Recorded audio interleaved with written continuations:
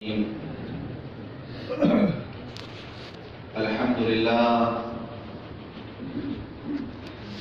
لله رب العالمين، والصلاة والسلام على سيد الأنبياء والمرسلين وخاتم النبيين سيدنا محمد وآله وصحبه أجمعين، ومن تبعهم بإحسان ودعا بدعوتهم إلى يوم الدين. أما بعد، عن علي بن الحسين رضي الله عنه قال: قال رسول الله صلى الله عليه وسلم: من حسن اسلام المرء تركه ما لا يعنيه، او كما قال عليه الصلاة والسلام. رواه مالك واحمد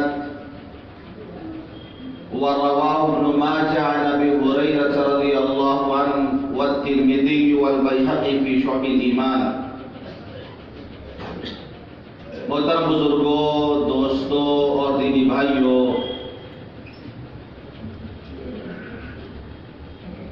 ابھی میں نے آپ کے سامنے حضور پاک صلی اللہ علیہ وسلم کی ایک حدیث پڑھی ہے. اس حدیث کو امام مالک رحمۃ اللہ علیہ نے مرسلاً اپنی کتاب موطا میں حضرت علی بن الحسین سے روایت کیا ہے. حضرت علی بن الحسین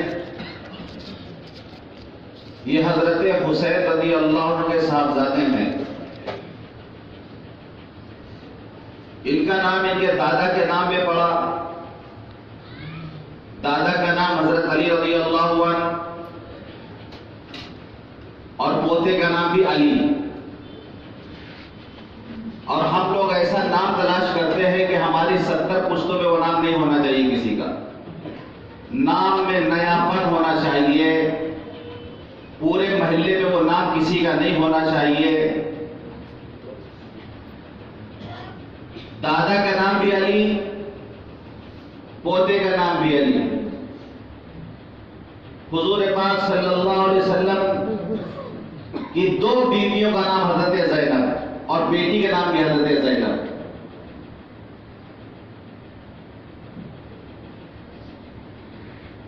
تو ان کا نام ہے علی بن الحسین.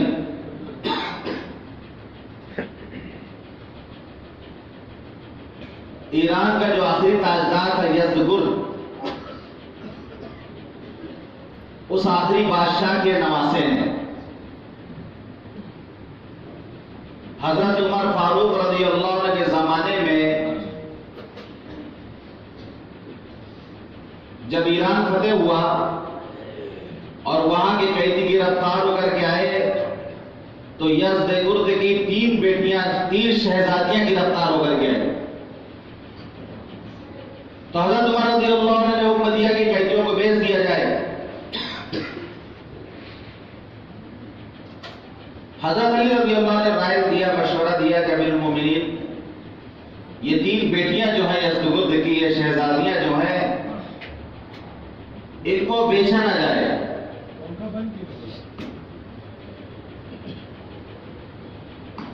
بلکہ ان کی قیمت لگائی جائے.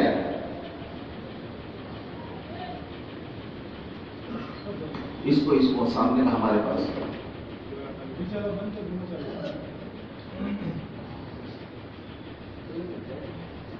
تو ان کی قیمت لگائی جائے. اور پھر حضرت علی رضی اللہ عنہ نے تینوں کو خرید لیا. خرید کر کے ایک شہزادی کو حضرت ابوبکر صدیق رضی اللہ عنہ کے بیٹے محمد کو دے دیا. ایک شہزادی کو حضرت عمر رضی اللہ عنہ کے بیٹے حضرت عبداللہ کو دے دیا. اور ایک شہزادی اپنے صاحبزادے حضرت حسین کو دے دیا. تینوں شہزادیوں سے 3 بیٹے پیدا ہوئے.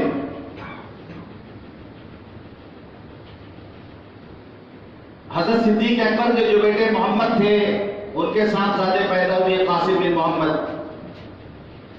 حضرت عمر کے 7 زادے جو حضرت عبداللہ تھے ان کے بیٹے پیدا ہوئے سالم بن عبداللہ. اور حضرت علی رضی اللہ عنہ کے جو بیٹے حضرت حسین رضی اللہ عنہ تھے ان سے جو بیٹے پیدا ہوئے ان کا نام علی بن الحسین جن کو امام زین العابدین بھی کہا جاتا ہے. بڑے عابد و زاہد خاندان نبوت کے چشم و چراغ تھے. اللہ کی خوف و خشیت کا یہ عالم تھا کہ جب یہ حج کرنے کے لیے گئے اور جب احرام انہوں نے پہنا تو مارے ڈر کے ان کی زبان سے لبیک نہیں نکل رہا تھا. لوگوں نے کہا کہ حضرت لبیک تو کہے نہیں ہوگا. فرمایا مجھے ڈر لگتا ہے کہ میں لبیک اللہم لبیک کہوں اور وہاں سے جواب ملے گی لا لبیک. میں کہوں کہ اللہ میں حاضر ہوں اور اللہ کہتے لا لبیک تیری حاضر قبول نہیں. لوگوں نے کہا حضرت کہنا تو پڑے گا ہی. احرام باندھنے کے بعد تلبیہ پڑھنا پڑے گا. تلبیہ تو وہاں ہوتا ہے. جب لوگوں نے کہا تو تلبیہ پڑھا اور پڑھ کے بے ہوش ہو گئے. نماز اتنے سکون کے ساتھ پڑھتے تھے, اتنے اطمینان کے ساتھ پڑھتے تھے کہ اگر کہیں کوئی حادثہ ہو جاتا, کوئی بات ہو جاتی تو ان کو پتہ نہیں چلتا تھا. ایک مرتبہ نماز پڑھ رہے تھے, پڑوس میں آگ لگ گئی.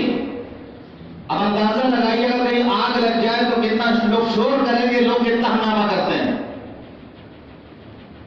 شور ہوا, ہنگامہ ہوا, آگ بجھا دی گئی, لوگ ان کو بھی آواز دیتے رہے. یہ اپنی نماز میں مشغول تھے. نماز کے بعد جب لوگوں نے اسے تذکرہ کیا کہ ہم لوگوں نے آپ کو بہت آواز دیا, آگ لگ گئی تھی, فرمایا تم لوگ اس آگ کی فکر میں ہو اور میں اس آگ کی فکر میں ہوں.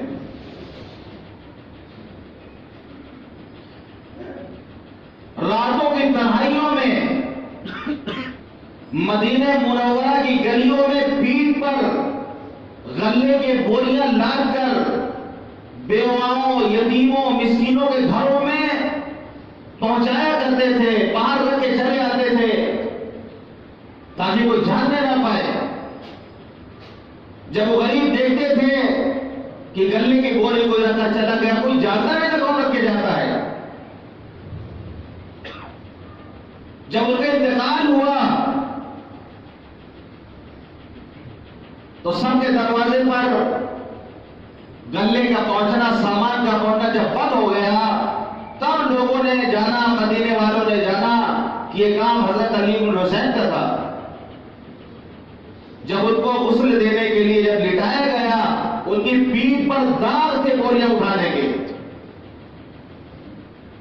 کاش ہم میں بھی ایسے لوگ پیدا ہوں,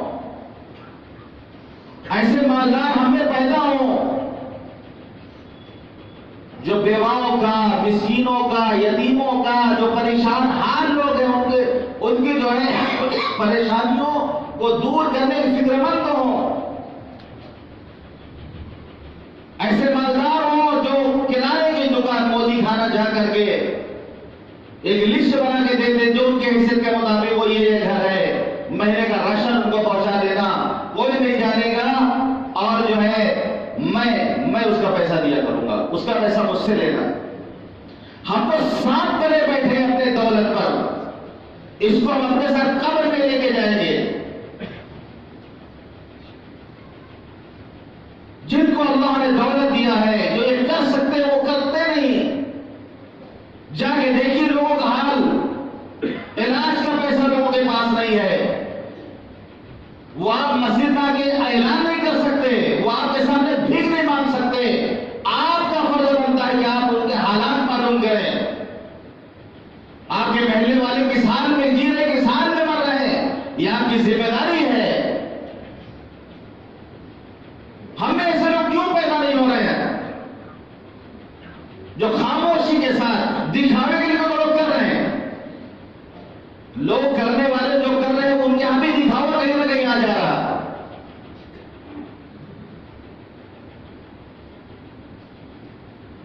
خاموشی کے ساتھ کہ دائنا ہاتھ خرچ کرے تو بائیں ہاتھ کو پتہ بھی نہ چلے.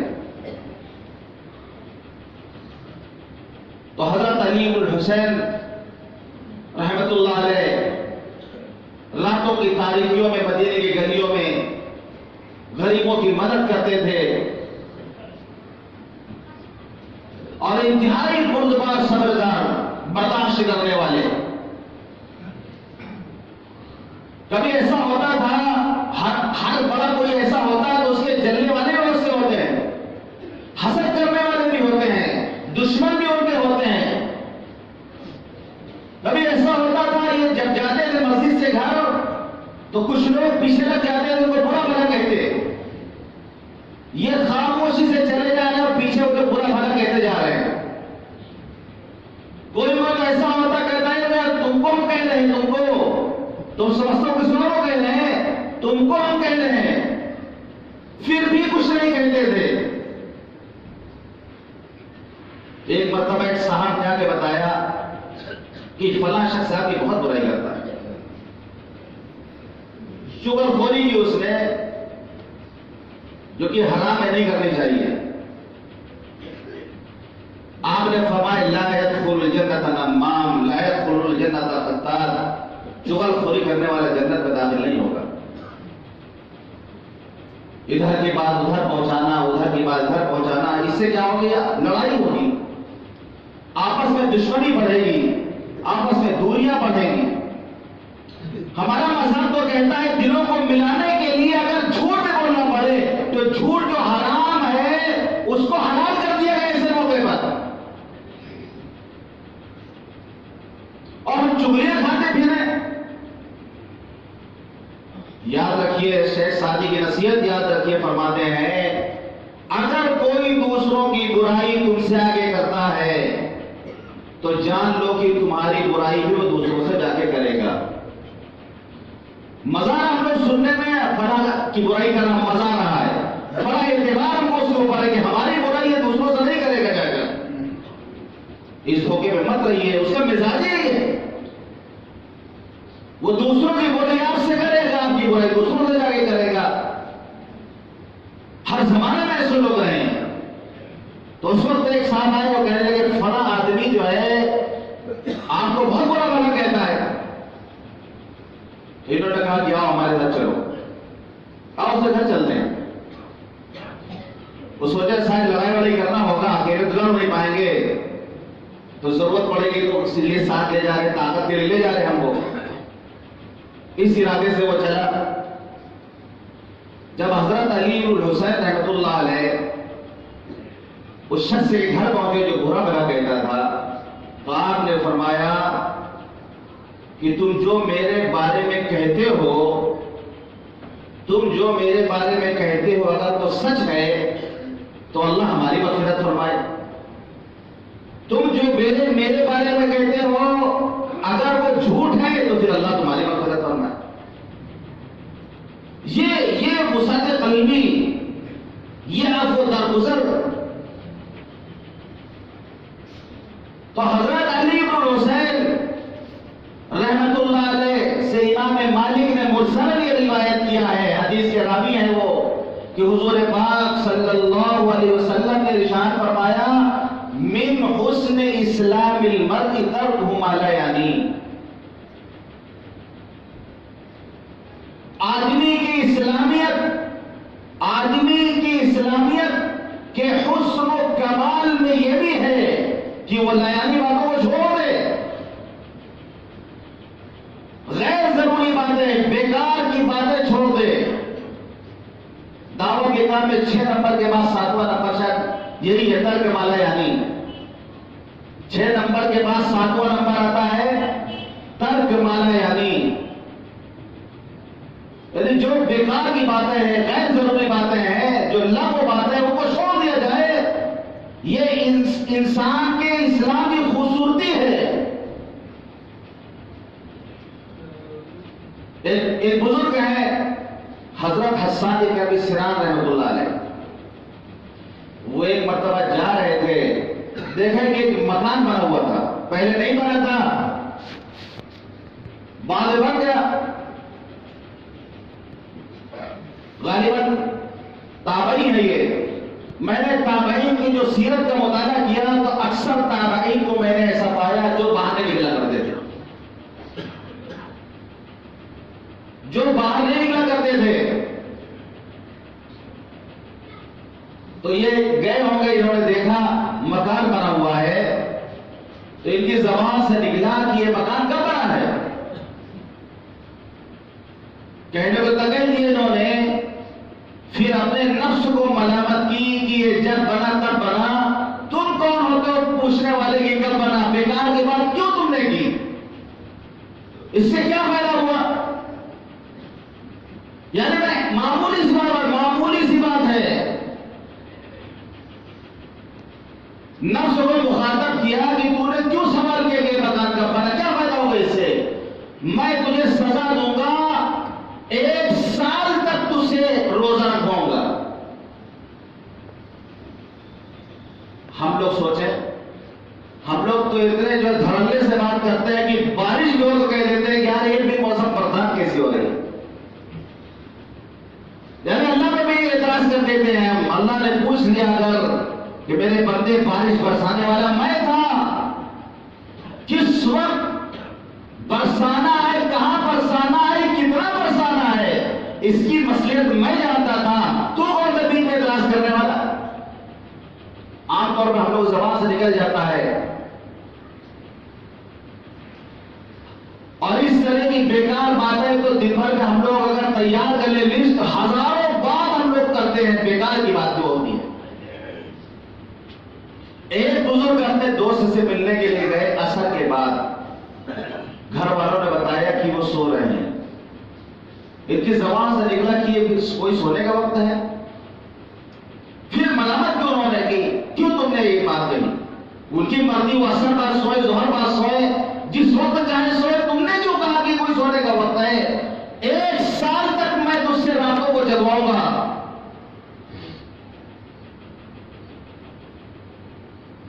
تو معاملہ بڑا نازک ہے، یہ جو ہم بولتے ہیں دوسروں کے بارے میں، اس کا حساب ہوگا۔ ایک صحابی حضرت سفیان بن عبداللہ رضی اللہ عنہ، ترمذی شریف کی روایت ہے کہ انہوں نے حضور پاک صلی اللہ علیہ وسلم سے عرض کیا، اللہ کے رسول مجھے ایسی بات بتا دیجئے جس کو میں مضبوطی سے پکڑ لوں، مجھے ایسی بات بتا دیجئے جسے میں مضبوطی سے پکڑ لوں۔ آپ نے فرمایا قل ربی اللہ ثم استقم، کہو میرا رب اللہ ہے، پھر اس پر جم جاؤ۔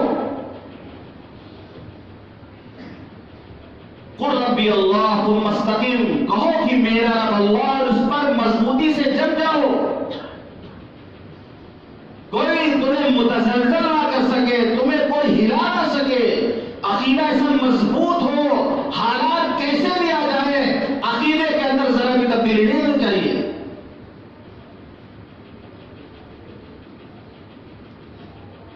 یہ استقامت کہتے ہیں اس کو، اور کہا گیا کہ الاستقامہ خیر من الف کرامہ، کہ استقامت یہ 1000 کرامتوں سے بہتر ہے۔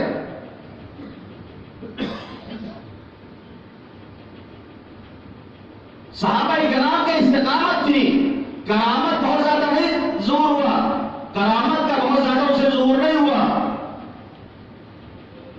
الحمدللہ میں کام کر رہا ہوں کرامات صحابہ پر، کرامات صحابہ پر میں کام کر رہا ہوں، کتاب لکھ رہا ہوں، بہت کم کرامتیں ملیں صحابہ کرام کی۔ کرامات اولیاء کتابیں آپ کو مارکیٹ میں بھری بڑی ملے گی، لیکن کرامات صحابہ کتاب نہیں ملے گی آپ کو۔ کیونکہ صحابہ سے کرامات بہت کم ہے، ان کا استقامت جو ہے، مضبوطی ان کے یہاں بہت زیادہ تھی۔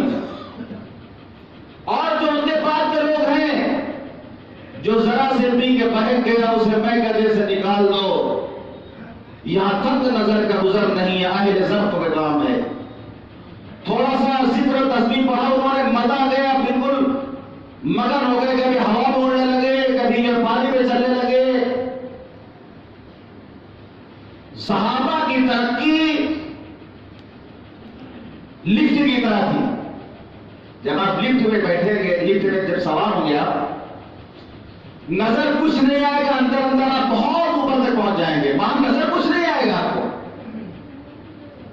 تو صحابہ کرام میں جو ترقی ہوئی وہ لفٹ والی ہوئی ہے، باہر کو نظر نہیں آ رہا تھا، کرامتیں ظاہر نہیں ہو رہی تھی، لیکن اللہ اوپر ترقی۔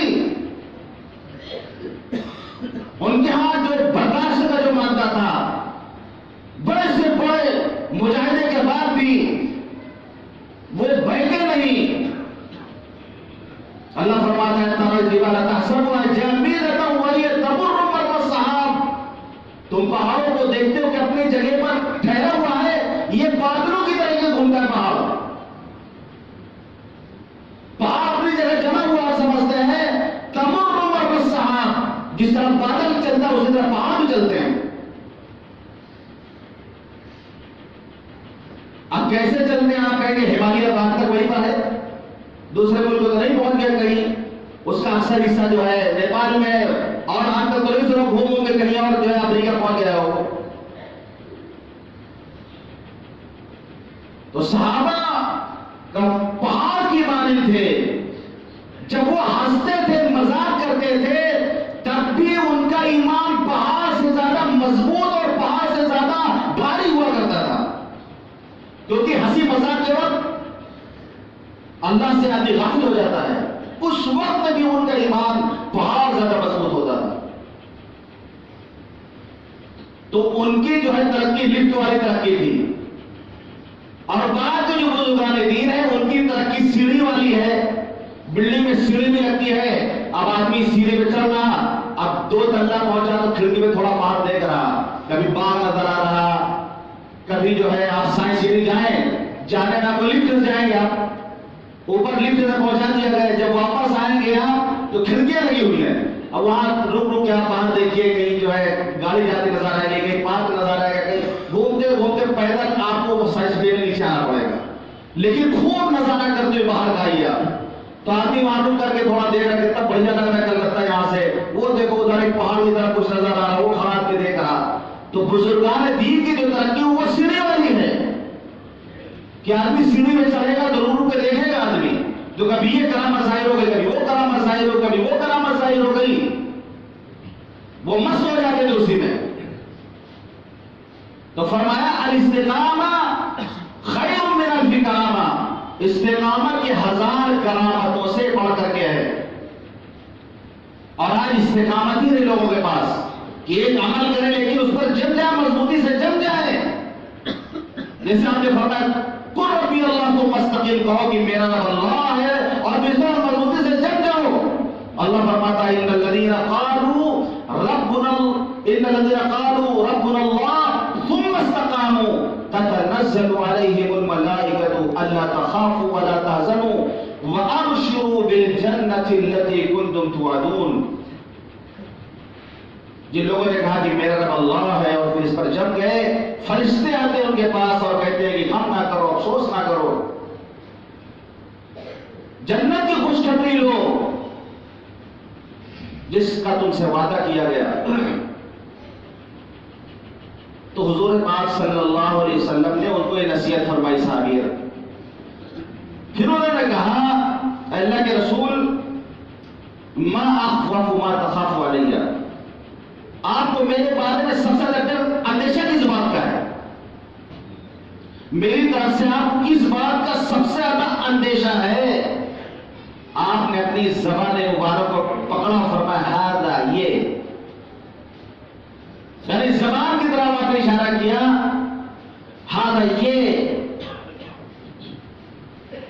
حضرت مولانا معاذ بن جبل رضی اللہ عنہ نے سوال کیا اللہ کے رسول اخبرنی بعمل یدخلنی الجنہ ویبعدنی من النار، اللہ کے رسول مجھے کوئی ایسا عمل بتا دیجئے جسے میں جنت میں پہنچ جاؤں، جہنم سے دور ہو جاؤں۔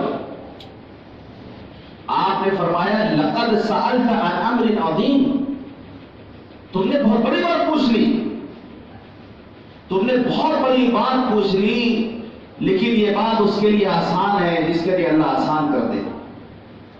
پھر آپ نے بہت سی باتیں بتائی، لمبی حدیث ہے، آخر میں آپ نے فرمایا کہ معاذ کیا میں ایک بات ایسی نہ بتا دوں جس بات پر ان تمام چیزوں کا دار و مدار ہے کہ جس کے بغیر یہ سب چیزیں بھی بیکار ہیں؟ آپ نے فرمایا اپنی زبان کو قابو میں رکھو، اپنی زبان کو قابو میں رکھو۔ حضرت معاذ بن جبل نے عرض کیا اللہ کے رسول کیا ہم جو بات کرتے اس پر بھی ہمارا مواخذہ ہوگا؟ کیا ہم جو بات کرتے ہیں اس پر بھی ہمارا مطالبہ ہوگا؟ آپ نے فرمایا ثقلت قومک یا معاذ، اے معاذ تمہاری ماں تم پر روئے۔ پیار کا جملہ آپ نے فرمایا، پیار کا جملہ آپ نے فرمایا تمہاری ماں تم پر روئے۔ اب آپ یہ کہ ماں روئے تو پیار کا جملہ کہاں سے ہو گیا؟ کبھی کبھی آپ چھوٹے بچوں کو کھلاتے ہیں تو اس کو مار مار کر رلاتے ہیں تو آپ کو بہت اچھا لگتا ہے۔ کھلانے کا ایک انداز یہ بھی ہوتا ہے، بچے کو آدمی مارتا ہے جب وہ روتا ہے پھر اس کو چپ کراتے ہیں، یہ کیا انداز ہے پیار کرنے کا؟ تو آپ نے فرمایا تمہاری ماں تم پر روئے معاذ، یہ پیار کا جملہ ہے۔ لوگ جہنم میں اپنے منہ کے بل، اپنے چہرے کے بل، اپنی زبان کی کاٹی کھیتی جو زبان سے وہ کاٹے اسی کے ذریعے سے جہنم میں گریں گے جا کر۔ تو زبان کی جو کھیتی ہے جو ہم کر رہے ہیں اور جو کاٹ رہے ہیں، اسی کے بدلے آدمی جو ہے جہنم میں جا کے گرے گا۔ اس لیے زبان کا بہت خیال رکھنا چاہیے، بہت لحاظ رکھنا چاہیے۔ بخاری شریف کی روایت ہے، حضرت ابو ہریرہ راوی آپ نے فرمایا کہ بندہ اپنی زبان سے ایک بات کہتا اس کی طرف دھیان میں نہیں دیتا اور اللہ تعالی سے درجات بلند کر دیتا ہے، اور بندہ ایک بات اللہ کی ناراضگی کی اپنی زبان سے ادا کر دیتا ہے جس کی طرف وہ دھیان میں نہیں دیتا، وہ دھیان میں نہیں دیتا اور وہ جہنم کے گڈھے میں جا کے گر جاتا ہے۔ تو دھیان دینے کی ضرورت ہے، ہر سنی سنائی بات پر بھی جو ہے تحقیق کرنے کی ضرورت ہے۔ آپ نے فرمایا کفا بالمرء کذبا ان یحدث بكل ما سمع، آدمی کے جھوٹا ہونے کے لیے اتنا ہی کافی ہے کہ وہ ہر سنی سنائی بات لوگوں کو بتاتا پھرے جا کر کے، کہیں کوئی خبر معلوم ہو گئی دوسروں کو جا کے بتا دیا، یہ اس کا جھوٹا ہونے کے لیے کافی ہے۔ اور ہم تک اگر کوئی خبر پہنچتی ہے تو اس کی تحقیق کریں۔ آج حالت یہ ہے کہ ہم تحقیق نہیں کرتے اور ہمارے دشمنیاں بڑھتی ہیں، دوسروں کی باتیں دوسروں کی زبان سنتے ہیں اور یقین کر کے دشمنیوں کو بڑھاتے ہیں۔ آج ہمارے ملک کا میڈیا بھی اس لائق نہیں ہے کہ اس پہ آپ اعتبار کریں اور میڈیا جو کچھ کہہ رہا ہے بالکل صحیح کہہ رہا ہو، تحقیق کریں۔ اگر میڈیا بھی کسی کے بارے میں کچھ بتا رہا ہو اس کی تحقیق کریں، ایسا نہیں کسی شخصیت کے بارے میں میڈیا کو اچھال کے پیش کر رہا اور ہم بھی اس کے ساتھ شامل ہو جائیں اور اس پر تبصرہ شروع کر دیں۔ تحقیق بہت ضروری ہے، جب آپ تحقیق کرنے جائیں گے تو پتہ چلے گا معاملہ کچھ اور ہے۔ لکھنؤ میں امین آباد بہت مشہور جگہ ہے ہمارے یہاں، لکھنؤ میں امین آباد، جو لوگ لکھنؤ گئے جانتے ہیں امین آباد۔ امین آباد میں ایک جگہ، اس جگہ کا نام ہے گڑبڑ جھالا بازار، نام بہت اچھا جسے میں رکھا ہو، نام ہے گڑبڑ جھالا، اس بازار کا نام ہے۔ سن 1990 میں بابری مسجد کا مسئلہ چل رہا تھا، لکھنؤ کی جو ہے فضا مطلب کافی اس وقت ایک صورتحال یہ تھی کہ فورس کے تعینات پولیس والے توڑ پھاڑ کر رہے، کچھ ہو نہ جائے گئی، یعنی بہت رشا کسی اس وقت چل رہی تھی۔